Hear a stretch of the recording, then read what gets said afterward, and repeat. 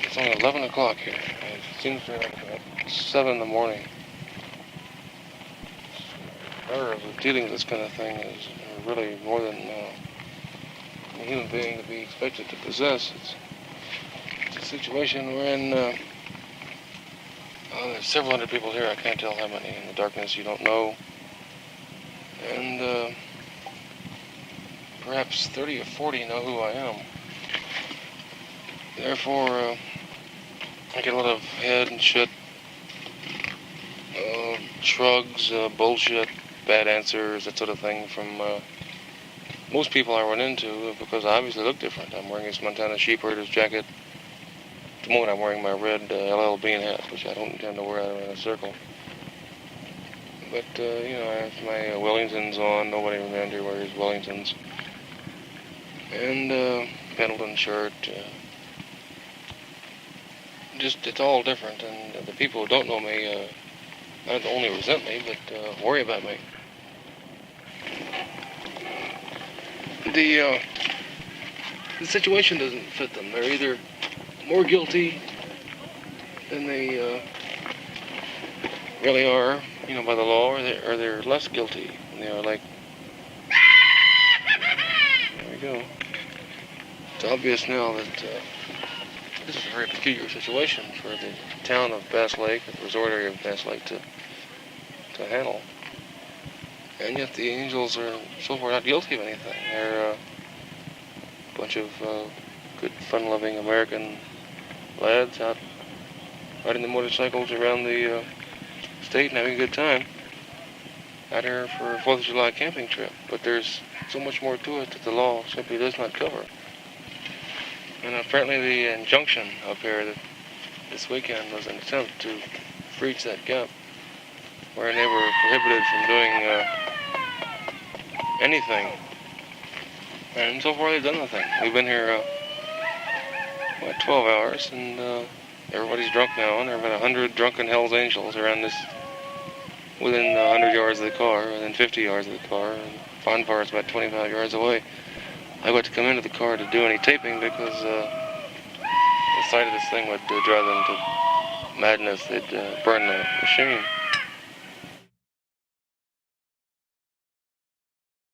We're up at Bass Lake, and I wish I had a camera. God damn, I'd have gone ahead for a camera, although that probably would have queered my whole image as a fitting into it. So far, I've managed to be a part of the scene without really being a real integral part of it, but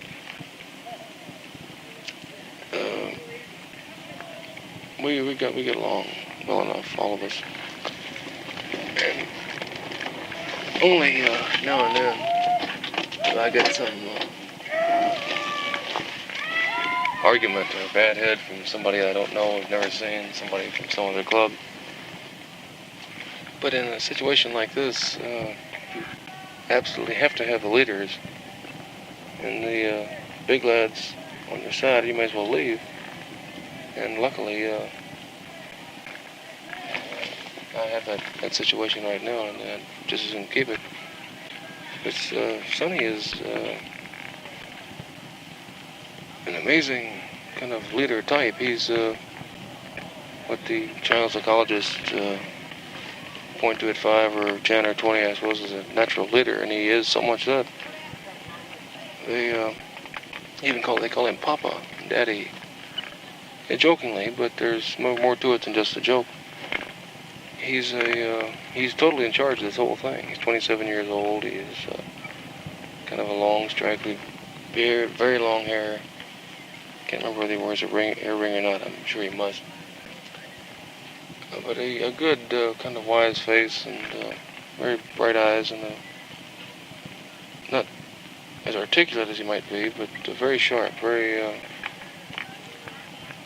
quick on the uptake with the sheriff. He gives the sheriff no quarter, and not in terms of asking for anything or demanding anything, but just the score is a score, and he insists on it. Like I remember him saying, well, let's face it, Sheriff, we're all fucked up, so we wouldn't be here. All the empty cans and beer cartons are up on top of the car. This has been sort of the beer cooler for the camp. When I arrived here, I was about the third or fourth car. Now I'm one of maybe 20 cars, and I couldn't get out tonight if I wanted to. And the road's blocked up. We're in a sort of semicircle down a very long, not long, but a half mile of trail, which if it were any worse, I couldn't have got down in the car, but it's not that bad. All the cycles can get by easily. And the sheriffs have all gone. It appears that everyone's drunk. And there's been a bit of hooting, shouting, great instant gang huddles. Something to do with the lodge I have to ask someone about. And copious use of weed, the pot, the grass. They call it weed. And unlike the hipsters of Hollywood, New York, where it's either the pot or the grass, to these people it's the weed. And incredible use of benzodrine film.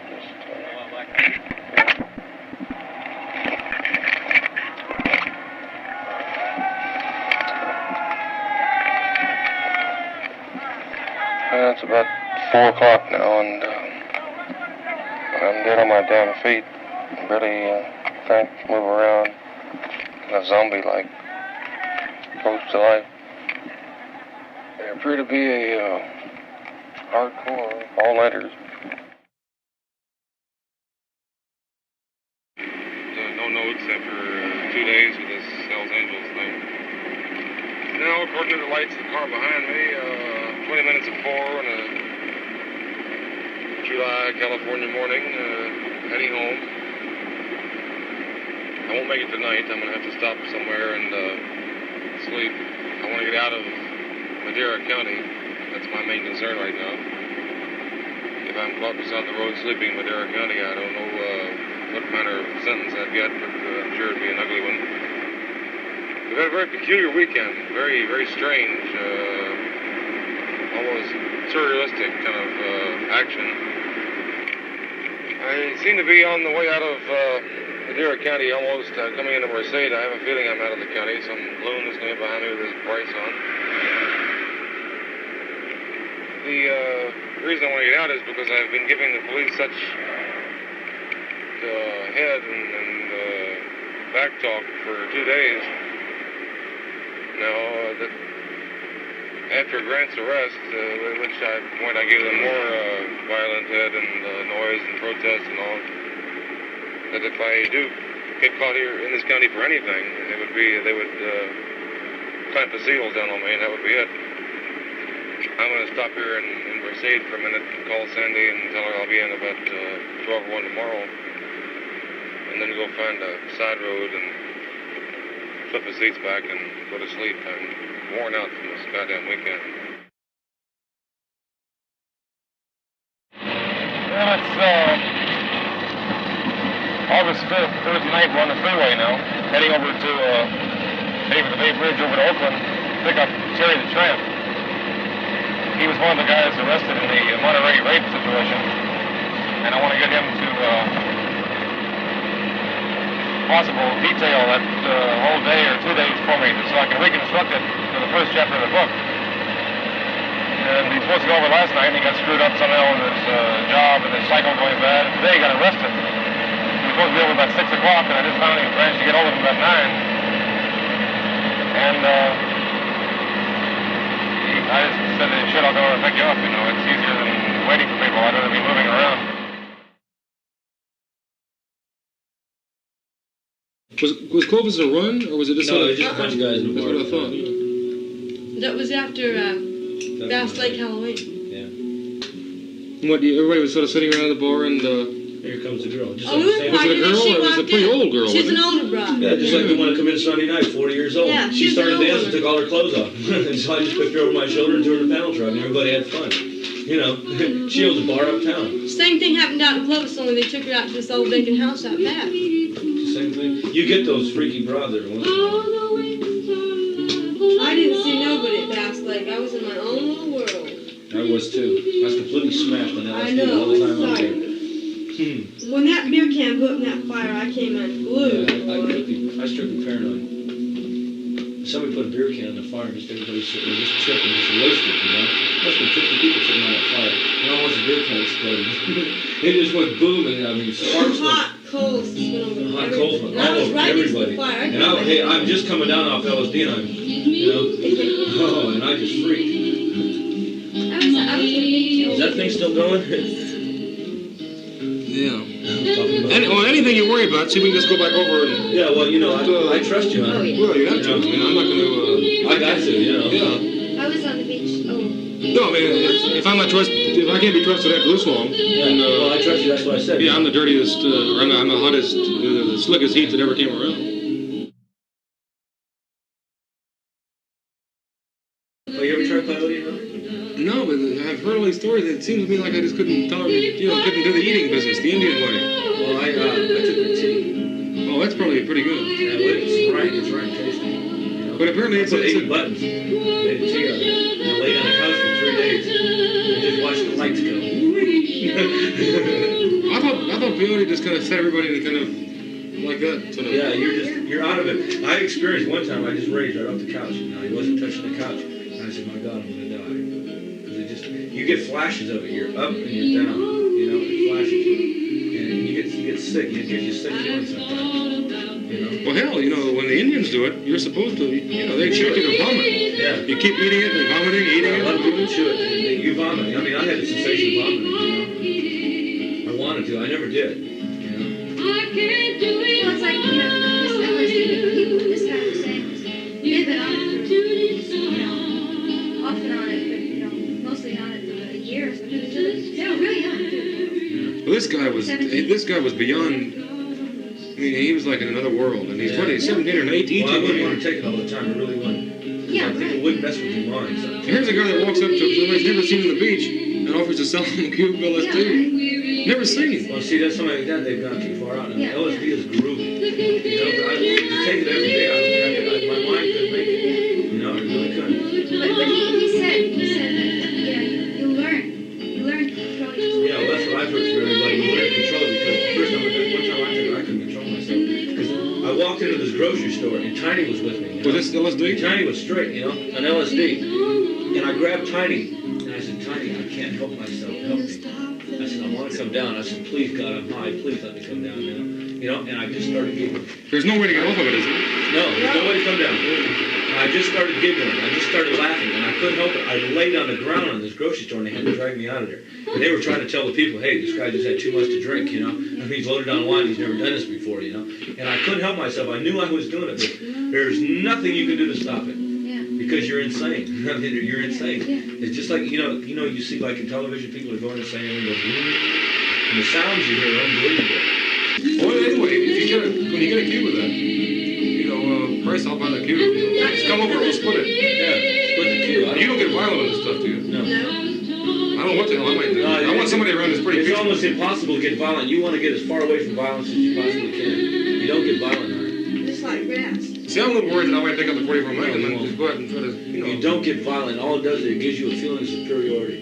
It gives you a God feeling. Well, why don't you bring over a cube where everybody, you get, it's safe. I want to have a cube. Yeah. And we'll just sit around here and just eat it tonight. And as long as you don't get violent, 'cause I don't know what I'll do. No, you won't get violent. I've never heard anybody get violent on it. It's a withdrawal thing. That's good.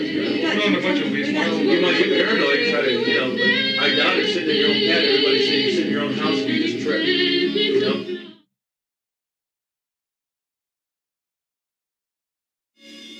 I might worry until the book comes out, and then I figured there'd be a real vengeance thing going. Like, Lynch knows that only the people that, have a certain... If I was you, I'd move to New York, too. I'm going to go to some place like Brazil for a while, or Chile. Brazil, it's a nutty place. I want to go to Australia, if I can think of it. Do you know any contacts to get over there? A friend of mine is down in the New Hebrides now, and he was going to go to Australia, but he said every Aussie he meets is such a dull bastard that I have a feeling the country just on a pall of... it's British. Yeah, I just couldn't tolerate that. I mean, if you want a nutty country, you got to go to Brazil. That's just too much. Party time. Oh, man, it's... I'd like to get anywhere out of the States. Oh, Really.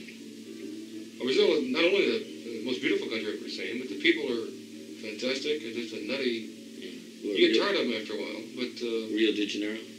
we live there. You know, but I've been around the thing. It's just it's Christ, it's bigger than this country, Oh, yeah, I know that. and it's the only place in the world left that I know of that really has a Wild West. Yeah. Now, out in the Mato Grosso. Out there, you wear a gun on your hip. Gauchos and the whole thing, they Yeah. fight with knives out there. Yeah. They got something going. But that Green Mansions is a book about it. Yeah, that's I read that book. a great book. That's a classic. It is. That was done though. That book's been written a long time ago, 20 years ago. But the odd thing is, a lot of parts of the Amazon jungle is the largest unexplored territory left in the world. I know it. Even That New Guinea. Oh, but New Guinea's not anywhere near as big as that. I know. Christ, the Amazon itself is like. How would you like to be brought up like that kid was brought up, like that man in that book? Jesus, that would He was be- brought up, he was fighting with a knife when he was 4.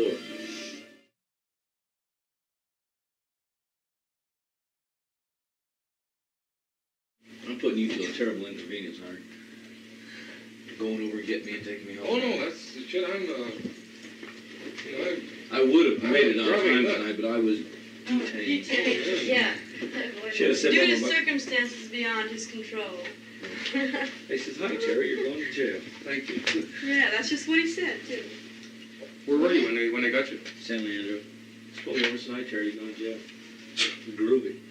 You know, call my bondsman. What is it? Do you have a bondsman that pays your fines, or? Yeah, well, he takes us out. We pay the premium, you know. But, I mean, they're on call all the time. I didn't get out with the regular bondsman. I got out with the bondsman I owe $110 from that Frisco thing. We still come And your bondsman must be making a living off you people. Well, they do make a living. Bella Strassi had $65,000 worth of bonds out. That's the guy that bailed everybody out of the clubhouse down here. Yeah. 65 grand he had out. Hanging on this one. You got us out of jail. Yeah, but that's a racket. Those guys don't risk that. They're insured. Oh, they're So insured. if you jump, they don't lose anything. They don't lose any money. They got to chase you down and try and catch you. But I jumped a bail in Puerto Rico. We got in a big fight with the cops. 3 of us. We all, flipped out and we left the publisher of a newspaper holding these big bonds. Yuck. And I kept checking with him to see if he got nailed. And it didn't cost him a cent. Yeah. He'd vouch for the whole works too. Everything. He wasn't a premium job. He, bonds against the newspaper. Put his name on it. Yeah. That's it. Yeah. Now we keep these bondsmen in business. They try to get our business. You know. Because I go to jail once a week. I went to jail last week for obscenity to a police officer. Oh, really? Yes, I just said. When I erased there, Terry was saying what he said. I just said was he was in the parking lot with a few more angels, and one of the cops going to arrest him. And he said, "Say you guys better leave. This gentleman's a prick." Talking at the cop, and he was busted for it cost him $22 to get off. He made the bond $22 for obscenity, and forfeited the bond. But that was the quote that he got busted for. You guys better leave. This gentleman is a prick. Talking about an Oakland cop.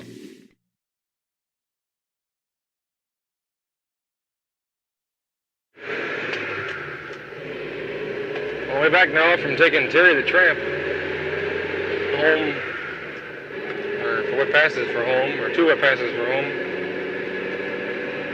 after a few hours over at the apartment tonight. And I was dumbfounded when he was giving me directions to where he was going. I thought we were going back to the old Adobe for a while there, but really, we passed it. We passed the Oakland turnoff pretty quick. And we ended up out here in San Leandro, where I am now. We eventually came to not just a middle-class neighborhood, but a very upper. We're just coming into San Leandro right now. Very upper middle-class, sort of posh Cadillac, tree-lined street sort of bit. And right in the middle of it, a real sort of television, TV city, why don't you buy my soap suds type thing. And here, right in the middle of this thing, is a house, got 5 cars parked in front of it, 1 big brown Cadillac, and about 6 chopped outlaw bikes. And here, by God, are the Hells Angels, all back in a wood-paneled sort of den with a fireplace at the end, and the girls lying around the floor in sleeping bags, and the whole works was almost unbelievable. It was like some kind of suburban cop-out for the great outlaws. Actually, we're getting close there to the nut of the thing. And that's a situation we're already seeing in San Francisco. I want to get the story written before these guys really become obvious sellouts to the old holy shit, where am I? There we go. I mean, here are the wildest dudes and the end of all outlawism lie in a wood-paneled den about 20 by 40. The kind of thing you'd find in the east end of Louisville, Kentucky. With their girls and sleeping bags. It looks like a scene out of a camping trip to Denver. Incredible sort of thing. And here's this tree-shaded kind of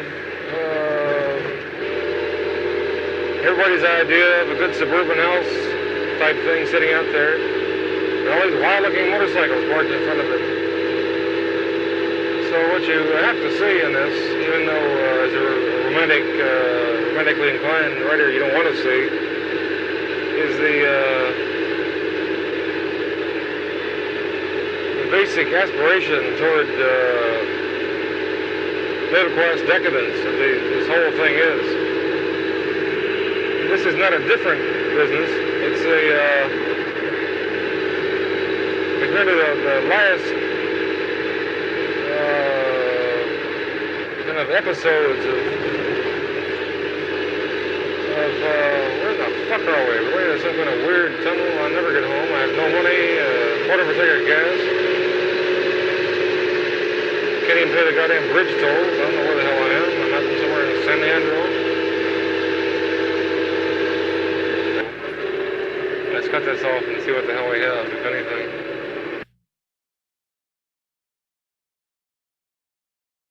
But I was talking to the Frisco Angels the other night about the wife swapping. Oh, you're fucked up. You killed my engine in the middle of town. Oh, first gear. Where are you? Yes. Here, the Frisco Angels told me the other night that they were going out for wife swapping. Kind of communal orgies. And I said, man, you people are getting like everybody else. You know, I thought the idea was to be different. And they got kind of huffy about it. They said they were doing it differently. And they explained somehow, and I didn't really see that there was that different. I didn't really want to pursue the thing and argue about it, but to me it sounded like the same, like they'd been reading the newspapers and found out how people were swapping wives out of Confidential or something like that, you know, and they wanted to do it. Apparently they have the business, this is the Frisco bunch, about going to some kind of a party situation, and everybody getting naked. It's not a key in a hat type thing. Everybody goes off by themselves in couples. It's a big fuck all in the middle of the room, which is very good, but like I say, it's like everybody else. And the Angels, with their lower class sort of orientation, managed to give it a wilder, kind of hairier sort of thing that it deserves, really. It's a manifestation of some kind of boredom and just general shittiness in life that, according to the myth, they don't suffer from. Given the motorcycle and the special identification they have, they don't need this kind of decadent kind of playing around with all the old value of things. But quite obviously they do. And there's some kind of fag walking in front of the car, giving me the fat eye. Should I over? Well, we're gonna miss him. Yes.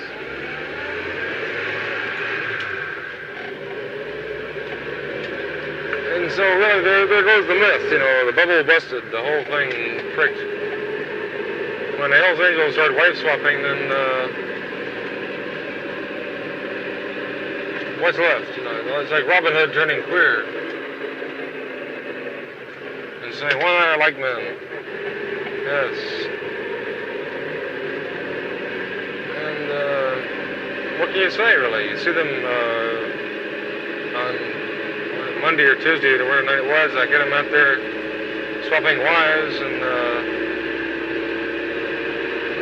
Mission District of San Francisco, and on Thursday tonight, I find them lounging around a pine panel den in San Leandro, and I suppose that they deserve some success in life, some material decency, but what the fuck is this? Also like to get the idea down about the odd combination within the Angels and all these psycho clubs of a definite kind of hoodlum, thug, lower class types and kind of bourgeois, middle class, upper middle class type outcasts, misfits. And these are the ones who really give it the tone and the imagination. They're in a minority, definitely. Terry's one. But the bulk of them are absolute straight-out, hard-nosed prole hipsters, or just proles, as Murray said. And they're the ones who really kind of touch off the reaction. Touch it off, but they're geared to that sort of violent retaliation type thing. And if it weren't for this kind of this group of defectors from the middle class and from another strata of awareness, the Angels wouldn't have this. There'd be no mystique about them. There'd be no. They wouldn't have these kind of strange little flights of imagination that make them interesting. Like, Terry's reading the Magic Christian, and, just little things like the emblem. That took a lot of work, and there's a lot of imagination in it. But it comes from a very few people who were attracted to it from some other general area of society. The base of it is unquestionably the base of any other kind of hoodlum gang. It's lacking in imagination and just common sense and ambition and possibility, and they're limited in every way by environment, heredity. And if it weren't for this influx, small and kind of gradual, of outsiders from defectors, then there wouldn't be anything called the Hells Angels. They'd just be called thugs, and they'd be content to be called thugs. They wouldn't care. But it's this other element that gives it the color and imagination and the kind of madness that makes it interesting. And these guys recognize it among themselves.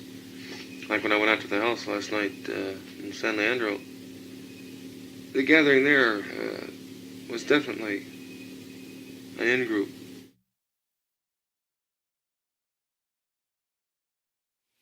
What follows here is a conversation between me and Allen Ginsberg and two police officers after I'd been pulled over for whatever violations they could find, and they happened to find broken taillights.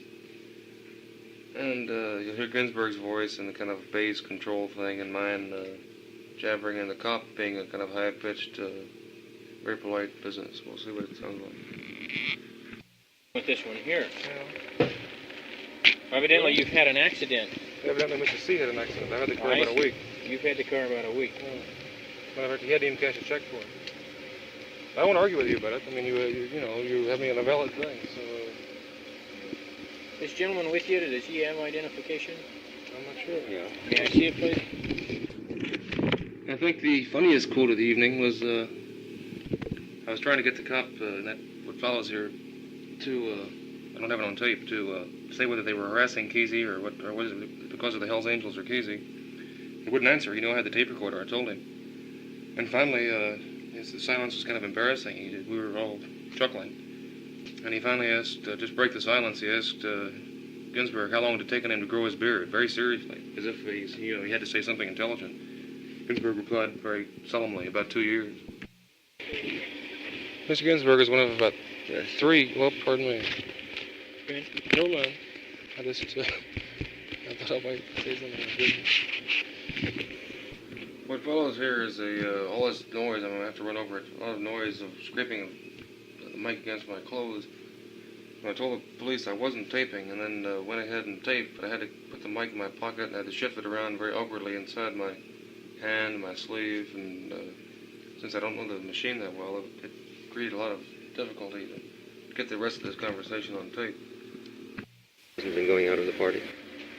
Yes, there was 2 or 3 other cars at this time. Earlier, I worked up in the other part of town. In this area, since you've been here, did you talk to anybody from the party? Not that I know of. The 2 that I have stopped so far were from the party. I presume I didn't ask them if they were or not. Would I be liable for any violations if I went up there and asked a question? Oh, no, that isn't. No, I just saw when the lights came on there. That's. Oh, yeah, those are cars. Yeah, that's a big sign in front of it, isn't it? And would it make me liable in any way if I, my lights being on, if I went up there and asked you a few Not questions? at 4. If you'd like to walk up there, I wouldn't advise driving right now because I'm writing out the citation. Oh, no, I mean, after you finish. I would like to say if I want to drive back to San Francisco tonight. Well, would I be liable actually, again? by law, the vehicle is supposed to be driven after the citation, either to the home or to a repair shop. By law. Well, but in I'm other going words, to drive home tonight. this isn't usual. Well, you're going to have to drive home. Yeah. There's no question about that. But, I mean, would I be liable again for other citations? I would say so, but I doubt if you'd get another citation. Well, just in your own mind. I mean, do you intend to... You see, if you tell me yes, I'll stay there. Well, no. As far as Yeah. I'm concerned, no. But as far as you know, this gentleman up the road here is being held on some back warrant. As far as I know, yes. Who was it that was? I'm not sure. Unfortunately, I gave him $1 for beer. So that's another $1 that's going to cost me. I just spent $6 for beer. I'd like to go. Rather expensive. Yeah? Well, I can write it off, thank God. Traveling expenses. Just expenses, period. It's been a very interesting night, all things considered. Papers. I don't know what we're talking about. Yeah. The papers this morning carry the notation that Kesey, with the exception of 4 people, is more or less off of these narcotics charges. And then on the same night, 12 hours later, you get this kind of business.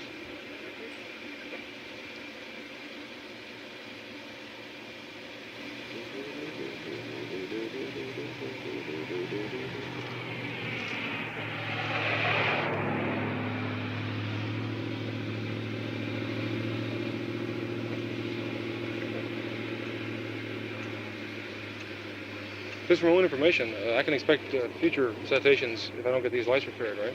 Definitely.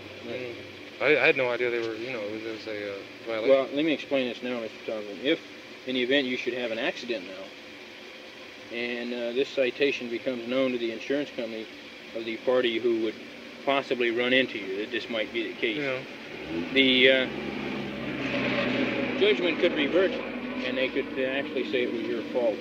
Well, what if I had a receipt for having it repaired in the meantime? Well, then that's different. Oh, no, I will have it repaired. I don't like citations any more than you would. If That's you were, right. if I thought I was liable in any way for a citation, I wouldn't have left the place. I thought I was completely safe. And you see what it was. It was a matter of 32nd of an inch in the switch there. Well, that's something else too. That could be driving along and that pop off and you wouldn't even know it. Well, I was in a hurry to leave because I saw you people take off after this other guy, and so I just jumped in the car and followed and everything. Have a kid sleeping in the back there. The other guy is taking Redwood City. What's in Redwood City at this time? It's called a jail. Yeah, don't wake him up. Can you help it? That's your boy? Yeah. I expected to stop by here for about 30 minutes just to kind of see. I had never seen the Hells Angels together with a gun. I just sort of thought I'd stop and see what was happening, and I saw all these police cars, so I thought, well, hell, I better stay, because it's bound to be everybody's been waiting for some giant raid there. Actually, it's a total anticlimax for me, just getting a ticket for a broken light. But where would they be taking in Redwood City if we wanted to check up on that? It's the courthouse. Well, it's not the courthouse, it's the Hall of Justice is where the county jail is. 450 Bradford Street. Would they be held overnight? Then? No, there's a bond on there. Will the passengers be held for the violation of the prior violation? No. Just the person who has the outstanding warrant will be transported to Redwood City. I wonder because they all left and they went that way. Well, the car will be turned over to somebody else. Evidently, that's what's happened now. See, somebody else has taken the car. But they would have come back. This gentleman now is en route to his, en route with one of our officers to Redwood City, and he'll be held on this bail. Now, or on this warrant, now he can post bail. I have no idea what the amount of it was. Could you find out, or do you have any idea which of the people, there were I think 3 or 4 in the car, was arrested? You want to know which one? Well, yeah. Because they're friends of his that would post bail for him.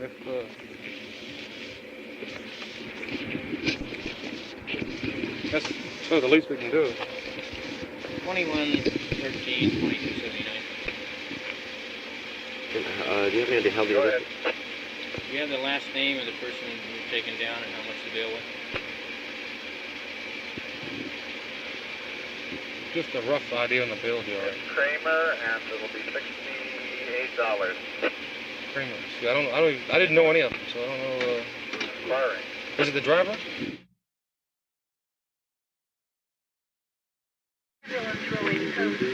That sounds like a traffic. Well, in these cases, bail is roughly equivalent to the fine, right? So if you jump bail, you more or less pay the fine. Or is it? Am I wrong? Yeah. Well, now the bail is going to be twice of what the original fine was. Oh yeah, twice. This is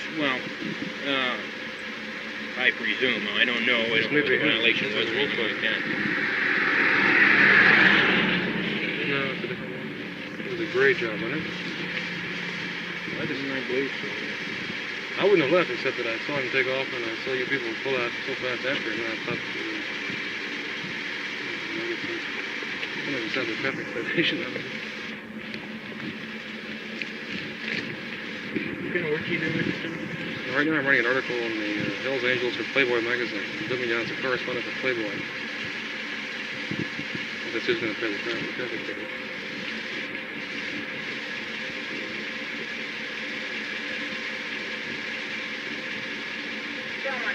I'm a roving West Coast correspondent for the National Observer. I'm really a freelance writer. From one week to the next, I write for different people. The reason I'm here is because of the Hells Angels coming to Playboy. That's back east, isn't it? Chicago. Do you mind if I ask you a question? No, no. How did you find the group? There's a guy named Bernie Jarvis. He's a police reporter for the Chronicle. Okay. He's a former Hells Angel. And, yeah, and he's a perfect guy to talk to because he knows the story both from the Angel viewpoint and from the police viewpoint. Mm-hmm.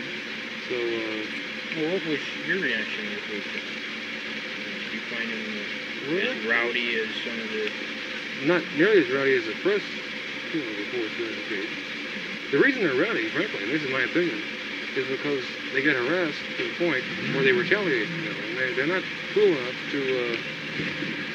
like if you pulled me over and I'd been a Hells Angel and just a kind of a guaranteed out-and-out thug, I'd have jumped out and begun to howl and hoot, and maybe even hit you with a chain or, sting on you. I've seen this happen. I've been with them now for about 3 months. And the more pressure is put on them, the more they retaliate. And the more people they attract.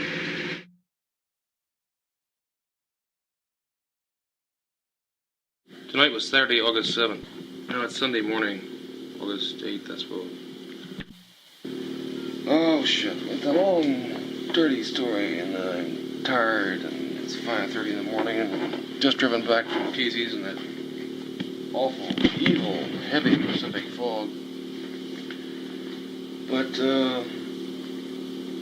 what it amounted to was that the police parked outside his place all night long, and teams of anywhere from 2 to 4 cars, and harassed. I don't mean harassed philosophically. They actually pulled people over and gave them like me, I ended up with a $25 ticket on this dead, taillight thing. Not dead, my lights worked, but the red was broken, the yellow was showing. So that's an offense. But here, Kesey had, in his classic cool manner, and put a sign on his gate saying, "The Merry Pranksters," that's his group. "The Merry Pranksters welcome the Hell's Angels." In great big letters, red, white, blue, the whole works. Thus informing the whole community that he had the Hell's Angels for guests this weekend. And given the Hell's Angels recent publicity, that's about the worst and most terrifying thing he could possibly have said. And on top of his arrest for the narcotic thing, here you had a bunch of rapists, dope addicts, head smashers, moral loonies, the whole works. No combination could have been worse for this. And I suspect really in Kesey's case that's what appealed to him, what made him do it. He has a real masochistic bent on all this thing. As far as I know, the party turned out pretty well. When Angel characterized it as being a damn good thing, they all dug Kesey immensely. And Pete Nell, one of them, was saying, "Tonight it's been ha-ha, not thump-thump." And that seemed to sum up their situation as of about 5 o'clock last night when I left. It's a quote I want to use in the book. About 8 miles down the road is a town called San Gregorio. Go down there to get some cheese and food, as I said. And the locals, and these being honest-to-God local farm types and not the tourist resort people that are in Honda, were enraged at the thing about the Hells Angels on the gate. They were saying, yeah, the Hells Angels, and of course, yes, the police, oh, we gotta get them, yes. The main topic of conversation at the bar was the fact that the Hells Angels had come to Kesey, who was bad enough in his own right, and then to have these monsters. I really kind of expected these people to go back to the rear of the general store and distribute axe handles among the populace and head up the road in a great truck to smash heads. But the highlight of the evening, in terms of any kind of illumination for what I want to do with this book, was the really high-powered gang fuck of this, supposedly, what somebody told me was one of Neil Cassidy's 2 wives. She was with Cassidy. And she went through one great long session at this little house about 30 yards removed from Kesey's main house. And there were about 100 people around. The main situation. Oh, Kesey's situation, which, Kesey's speakers and statues and drums and wires and madness and sounds and little lights and all that. I think he has 5 acres there. But it was 30 yards away from the main house as a kind of a studio they used to use for an editing room for film. And here was this young lady out there fucking everyone. And it didn't make much of an impression on me because I'd read so much about it and heard so much about it. But, I didn't think much about it until either second or third time around. When I went out, I saw him somebody came and grabbed Neil Cassidy and said, "Hey man, let's go, come on." And Cassidy was, here's the hero of 3 novels. A literary figure, just blasted shitty out of his head with every kind of pot and pills and wine and beer and everything else. Behaving like a 16-year-old drunk. And his wife out being fucked by everyone in the world. And they dragged him out there for some perverse reason that I probably should explore. And so I figured, well, this is bad. I felt responsible for having Kesey bring these people down there. And so I thought I'd go along and, try to catch up and and see that there was no brutal action there. Too much, really unbelievable sort of scene to really see. It's enough, easy, very easy to hear about it, or to write about it, through your imagination, but to see a woman down there on the floor like that, going for it in every way, and just out of her head and kind of talking to Neil. Apparently she was married at one point. There were two or three awful scenes there where she kept reaching up to kissing Cassidy, who was wandering around naked in the room while she was being fucked by everyone there. And it was just beyond belief, the pathetic kind of situation where she'd want to kiss her husband while she was being fucked by everybody in the world. People sitting on her face and the whole works. When I get that image of her lying here on the floor with her dress kind of a shift pulled up to around her rib cage, and kind of pubic hair kind of shining in the dim light, and people bending over her and pulling on her, and one of them sticking his dick in her mouth, and the other one screwing her, and just a mad scene. Naked, and he stayed naked for about an hour, wandering around the party, stark naked, being kind of thrown down on her and to make him participate in it, which was really much worse. This is a night later. I'm going to tape over some of that business at the end of this tape because I want to get these things on there. What I should wrap this, well, let me get the general image later on in the party. I could stand out, have anybody having once been in that room and watching it, as I was about 6 feet away, could then from outside see through the door with the lights were on. There was a kind of a filmy curtain over the door, but you could see shadows moving around inside from as far away as the house. You could stand in front of the house, and if you knew what was happening, you could interpret the movements of all these shadowy figures behind this curtain. Silhouettes is what they were. And it was, in that way, kind of surrealistically horrifying.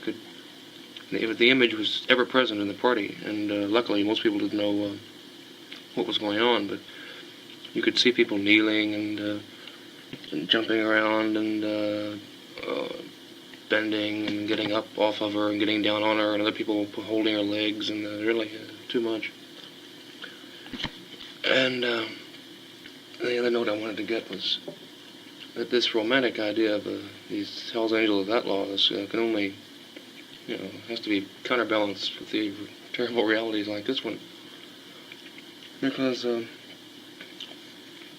they do have these things, and any woman going into it to think that she's going to have an innocent little flirtation or maybe a quick hump with one can very quickly find herself surrounded by 6 or 7 and the public bounce on her there. But nonetheless, Kesey and a lot of other people have this romantic sort of idea, and that when you find out, you find out very, it hurts when you find out. Like, for instance, I don't want to mention any names, but there was somebody there who was suffering very heavily from this.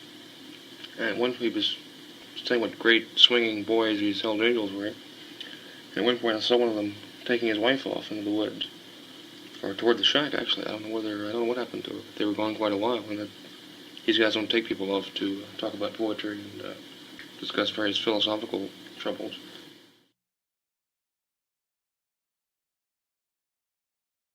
Well, they run it down. This girl was, this poor little 19-year-old broad. Yeah. She'd been around the club for about a year, And there was a bunch of people in that bar that night. Remember what bar it was? Yeah, the Wanderer Bar. Wanderer? Yeah. Where in Sacramento was it? Almost downtown. Yeah. And she'd been around there. She'd been trying to make it with somebody all night, And, she'd been laying on the shuffleboard machine making out with this one guy all night, just copping feels and the whole thing, just getting downright all nasty. And what had happened, I had went outside and I had a fight with my wife, and I was outside. We got in a fight and I punched her. And I looked around and she come running out the door. What did she do? Was she working there, like a waitress or anything? No, she was just in the bar. And she come running outside, split. So what the hell happened? Well, she was in the bar, and she got all carried away, and they got her Levi's unbuttoned. Somebody took her, they didn't take her Levi's down. She had, she was helping do it, man. Yeah. She was drunk. Everybody else was, too. And she got her Levi's down around her ankles, And she got all paranoid, man. So she just jammed her Levi's back up and split. And I was, the way it was run down at the trial, and I was arrested for it, you know, the way it was run down the trial, that nobody had actually, you know, gone down on a girl. But while taking the Levi's down, somebody's finger got in it, or something like that, you know, because, you know, she never did get this act performed on her. It never did happen. And, Who testified to it? Did say there? Somebody, she's the only one. Oh, nobody else, Yeah. And she got up on the stand and says, well, this has never happened to me before and all this and that. I know that was a lie because I went around 4 months ago. Yeah. You know, before this happened. And it was just a case of one cop making a great big thing out of a little incident that never did happen. I mean, the cop rightfully framed the whole thing, as Leonard Chitoyan. Yeah. He did. I mean, they rightfully knew that I wasn't even in the bar when the supposed act happened. I got arrested. They took the president, the vice president, and the next officer in line, the Sacramento Hells Angels, trying to break them up and took us to jail for it. What were you at the time? I was outside the bar. No, I mean, what were you the president of? I was vice president of Sacramento, Which no longer exists. which no longer exists. But did they really just, you know, harassment, just run them out of town, or what happened there? That's it. You can't even ride a motorcycle in that town. I don't care who you are. I guess the big reason for that's the state capitol up there. You know? Yeah. So the governor here cycled outside his window and fled. Oh yeah, I used to go by the governor's mansion and just purposely slam on the brakes and, you know, make all kinds of noise. He ought to be assassinated anyway. He's gonna quit this time anyway. I hope so. God knows they'd like to get some bastard like Ronald Reagan who'd immediately have all Hells Angels home. Yeah. They have a public whipping on Keys R Stadium here. Porterville is the one that Time used, right? That famous quote about girls undulating in the middle of the street. Yeah, it was unbelievable. What was that? I never seen nobody undulating in the middle of the street. Well, I couldn't imagine it. What? I couldn't, you know, why would, I can't figure it out. What would you, you know, like... I mean, you just don't do that, you know. Yeah, I mean, there's no Well, just like they said that kick in it or anything. At about this time, some half-dozen motorcyclists invaded a bar and brutally beat an old man and attempted to abduct the barmaid. What was that? That was a crock of shit. There was about 20 of us rode in, stopped at this bar. We was all just looking for another place to drink, get out of downtown, because the people were all down there, you know. 4,000 people watching. Yeah, that's it. There was 4,000 people downtown, you know, and they wonder why trouble starts. Let me locate where Porterville is. How would you get here from Porterville? It's about 40 miles out of Bakersfield. What was the reason for going down there? Why did you select Porterville? It's just a small town stuck out in the middle of nowhere, and they got a 10-to-1 ratio of women to men. Oh, Jesus. You know? It's a groovy little place, just up in the mountains and everything, you know. It's a nice ride. How many guys are there? A couple hundred. So you got all the same, all the clubs? Yeah, all the clubs are there. All right, we'll go have the old man there.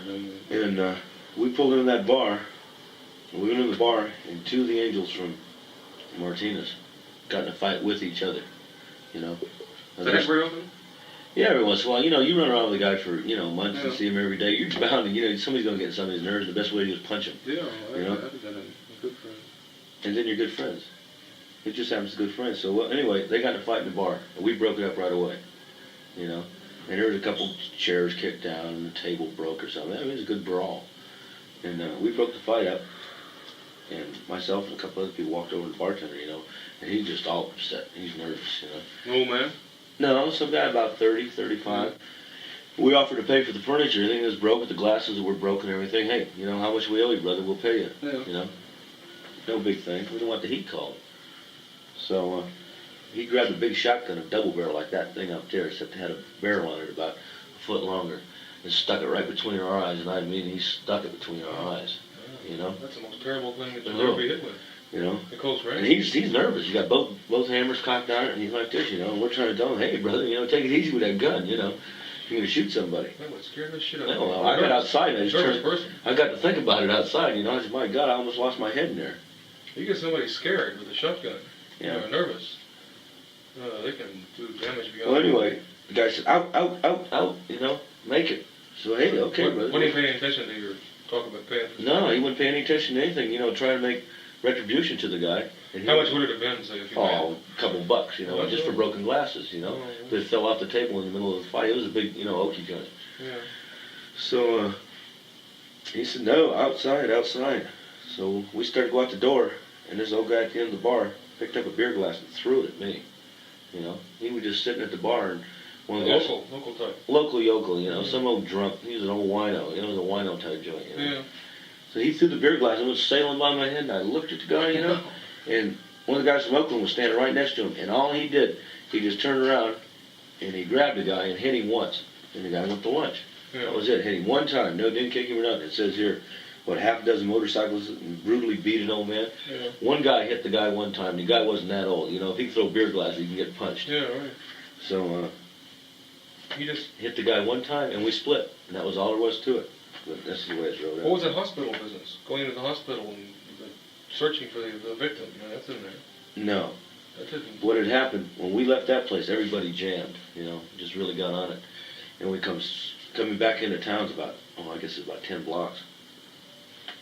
We hit the main drag in town, and one of the guys went down, you know. So, Just so more or less, I hate to keep asking this, and I keep forgetting the guy's name went down at Bass Lake. He was out there the other night. Fripp. Yeah, I can't, for some reason it didn't stick in my head. But something like that. Yeah. Just kind of drunk. The guy was drunk, and he just come around the corner and slid, you know. Yeah. So he's laying out there in the street, you know, all bleeding and everything, and the cops come right behind him, and the cop got out of his car, stuck his foot in the guy's chest. Just put his foot right in the guy's chest and broke out his book and started writing a ticket. Righteously. You know? So about 20 minutes later, they finally got around to calling the ambulance. They called the ambulance, took the guy to jail, and that's some of the guy's members. He was from another club down south, an Angel club down south, not Purdue, another club. They went to the hospital to see if he was all right, and that's the only time the Angels went to the hospital. They didn't go looking for the old man or anything like that. That's kind of ridiculous. Yeah, it didn't make any sense. Also, it didn't make any sense that if they were out there looking for him, they didn't find him. Yeah. You know, because it's pretty easy to find people in the hospital. It sure is. No, they just went to the hospital to see if this guy Bert was all right. You know?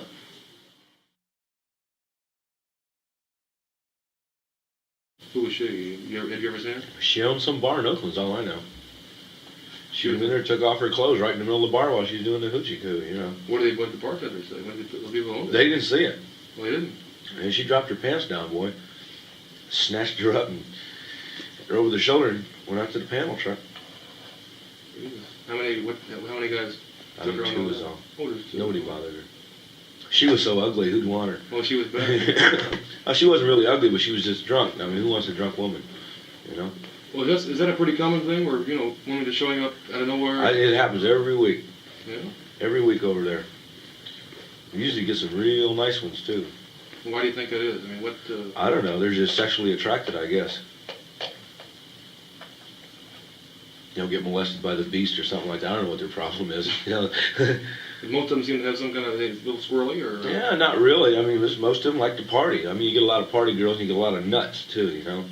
Can you think of any other, say, specific situations where girls have showed up? Like, we don't know who this girl was in Oakland. I mean, at this party that night, 21-year-old. I really don't. I had one came in there one night and jumped out of a taxi cab right in front of the Adobe. No, she was nice, too. Really nice. Jumped out of the taxi cab. She says, I suck, I fuck, I drink, and I smoke a lot of dope. So let's get it on, fellas. Oh, wow. Yeah, that's unbelievable. Yeah. Oh, Christ. That is exactly what she said. Well, let's take it from there and let's try to get some details. That's something I'd like to use. I don't even... Playboy might even run it. I don't know. Yeah. What happened then, you know? They just took her and put her in a car over there, and just everybody had a ball. But have you seen her since? No. How many guys went with her, you know? I don't know, about 10. And she hasn't come back. That's something that's curious. Really? It seems like that once they kind of got, once they made the contact, it seems like they keep going back. Most everybody is cold towards a girl like that. Who wants them? You know? Really. I mean, it's just a sexual act, and that's it, forget it. Yeah, I imagine she wakes up the next day and thinks, yeah, well, shit. them rotten bastards. Yeah. You know, well, these are the people that file these charges for rape a lot, isn't it? Yeah. Like Same thing like that one rape in Oakland here is supposed to have been 2 years ago. That's exactly what that was. Oh, you mean the woman that claimed that she was raping some of her children and that? No, this is another one. This housewife, it was in the papers, and mother of 3. Yeah. Yeah, John, they had Mighty Mouse and the Gimp, and little Bobby for it. Labor Day, you remember what day it was, day of the week?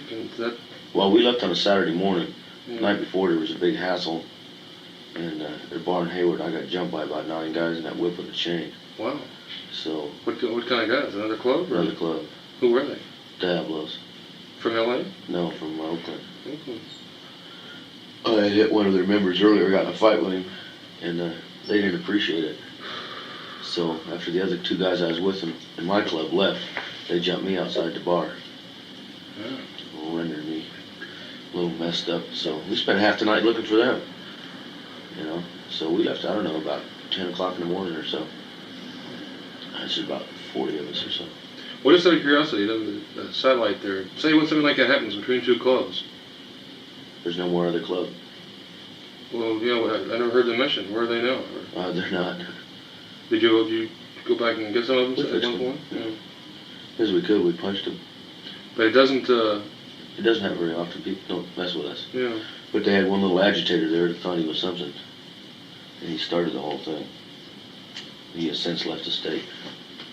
Is there anybody who disputes, say, the Hells Angels claim to be the number one... Nobody. No club claims that, they're tougher or more, classier or anything? No, we're the only club. Yeah, that's-